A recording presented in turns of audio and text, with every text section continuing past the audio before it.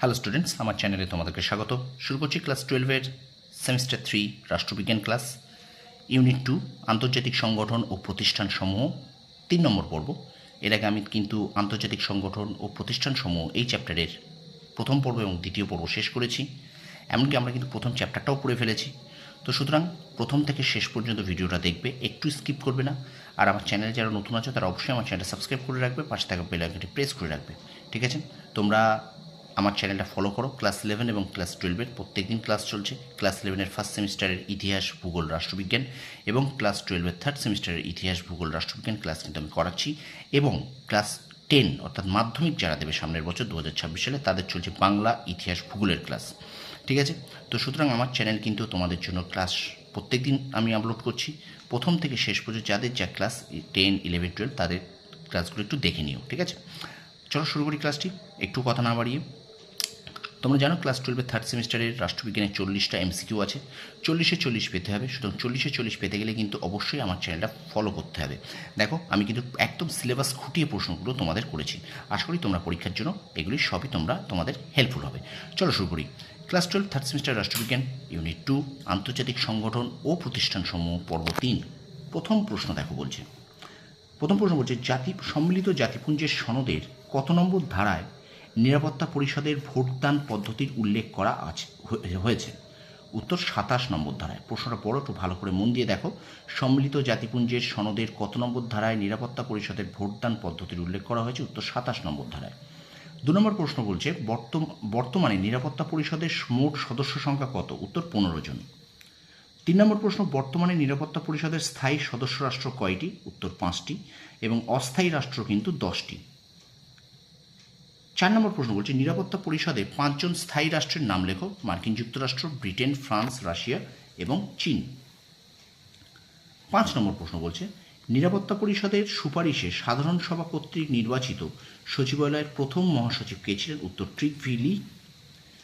6 নম্বর প্রশ্ন, নিরাপত্তা পরিষদের অস্থায়ী সদস্যের কার্যকাল কত বছর? 2 বছর। 7 নম্বর প্রশ্ন বলছে, সাধারণ সভার অস্থায়ী সদস্যরা সাধারণ সভার কত ভোটে নির্বাচিত হন? সাধারণ সভার অস্থায়ী সদস্যরা সাধারণ সভার কত ভোটে নির্বাচিত হন? উত্তর হবে 2/3।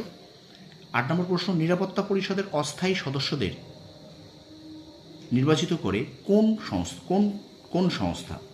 এখানে দুবার হয়ে গেছে, কোন সংস্থা, সরি এখানে একটা কোন হবে। দেখো বলছি, নিরাপত্তা পরিষদের অস্থায়ী সদস্যদের নির্বাচিত করে কোন সংস্থা? উত্তর সাধারণ সভা। 9 নম্বর প্রশ্ন বলছে, ভিটো ক্ষমতাহীন সদস্য সংখ্যা নিরাপত্তা পরিষদে কতজন? উত্তর 10 জন। 10 নম্বর প্রশ্ন বলছে, জাতিপুঞ্জের কার্যনির্বাহক সংস্থার নাম কি? উত্তর নিরাপত্তা পরিষদ। স্টুডেন্টস, এই 10টি প্রশ্ন তোমরা অবশ্যই খাতায় তুলে রাখো। আর অবশ্যই তোমাদের যদি ভিডিওটা ভালো লাগে তোমরা অবশ্যই কমেন্ট করে জানাও। ঠিক আছে? চলো ভিডিওটা কমপ্লিট করি, কন্টিনিউ করি। চলো। আর আমার চ্যানেল যারা নতুন আছে তারা অবশ্যই আমার চ্যানেলটা অবশ্যই সাবস্ক্রাইব করে রেখো। ঠিক আছে? দেখো, একটু বেশি করে শেয়ার করো।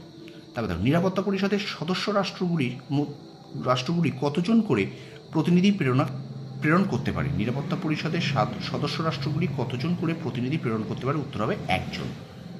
12 নম্বর প্রশ্ন বলছে, নিরাপত্তা পরিষদের প্রধান কর্মস্থল কোথায়? উত্তর নিউ ইয়র্কে। 13 নম্বর প্রশ্ন, জাতিপুঞ্জের কত নম্বর অধ্যায়ে নিরাপত্তা পরিষদের কথা বলা হয়েছে? উত্তর 5 নম্বর অধ্যায়ে। 14 নম্বর প্রশ্ন হচ্ছে, ভিটো ব্যবস্থা জাতিপুঞ্জকে পঙ্গু করে দিয়েছে, উক্তিটি কার? উত্তর ইভান লুয়ার্ড। 15 নম্বর প্রশ্ন বলছে, নিরাপত্তা পরিষদের ভিটো ক্ষমতা প্রয়োগ করতে পারে কারা? উত্তর স্থায়ী সদস্যরা। 16 নম্বর প্রশ্ন দেখো বলছে, নিরাপত্তা পরিষদের স্থায়ী সদস্যদের সিদ্ধান্ত বাতিলের ক্ষমতাকে কি বলে? উত্তর ভিটো।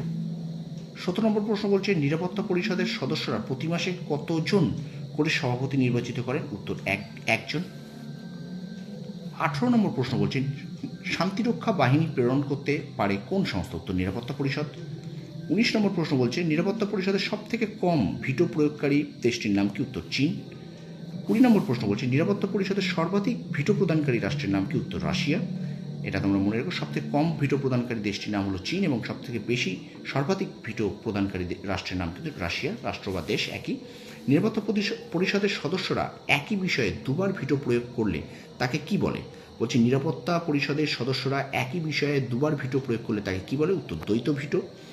22 নম্বর প্রশ্ন বলছে সচিবালয়ের কার্যালয় কোথায় অবস্থিত? উত্তর নিউ ইয়র্কে। এবং শেষ প্রশ্ন আজকের এখনকার পর্বের, বর্তমানে সচিবালয়ে কটি বিভাগ আছে? উত্তর হবে 8টি। তো স্টুডেন্টস, এই 23টি প্রশ্ন তোমরা ক্লাস 12-এ যারা উঠেছ, থার্ড সেমিস্টার দেবে, তারা অবশ্যই প্রথম থেকে শেষ পর্যন্ত দেখে এই খাতাগুলো এই প্রশ্নগুলোকে নোট করে নাও আর বারবার পড়তে থাকো। আমি একটা কথা বারংবার তোমাদের বলে আসি, শর্ট প্রশ্ন কিন্তু কোনো সাজেশান করতে যাবে না, শর্ট প্রশ্ন কিন্তু কোনো সাজেশান হয় না। শর্ট প্রশ্ন 100টা 200টা চালাকি সাজেশান করে কিন্তু পড়ে গেলে নিজেদের বিপদ নিজেরা পড়বে। আমি তোমাদের জন্য প্রত্যেক দিন কিন্তু এই ইতিহাস, ভূগোল এবং রাষ্ট্রবিজ্ঞানের সিলেবাস খুঁটিয়ে তোমাদের প্রশ্ন দিচ্ছি। আশা করি তোমরা এখান থেকে পরীক্ষায় অবশ্যই উপকার পাবে।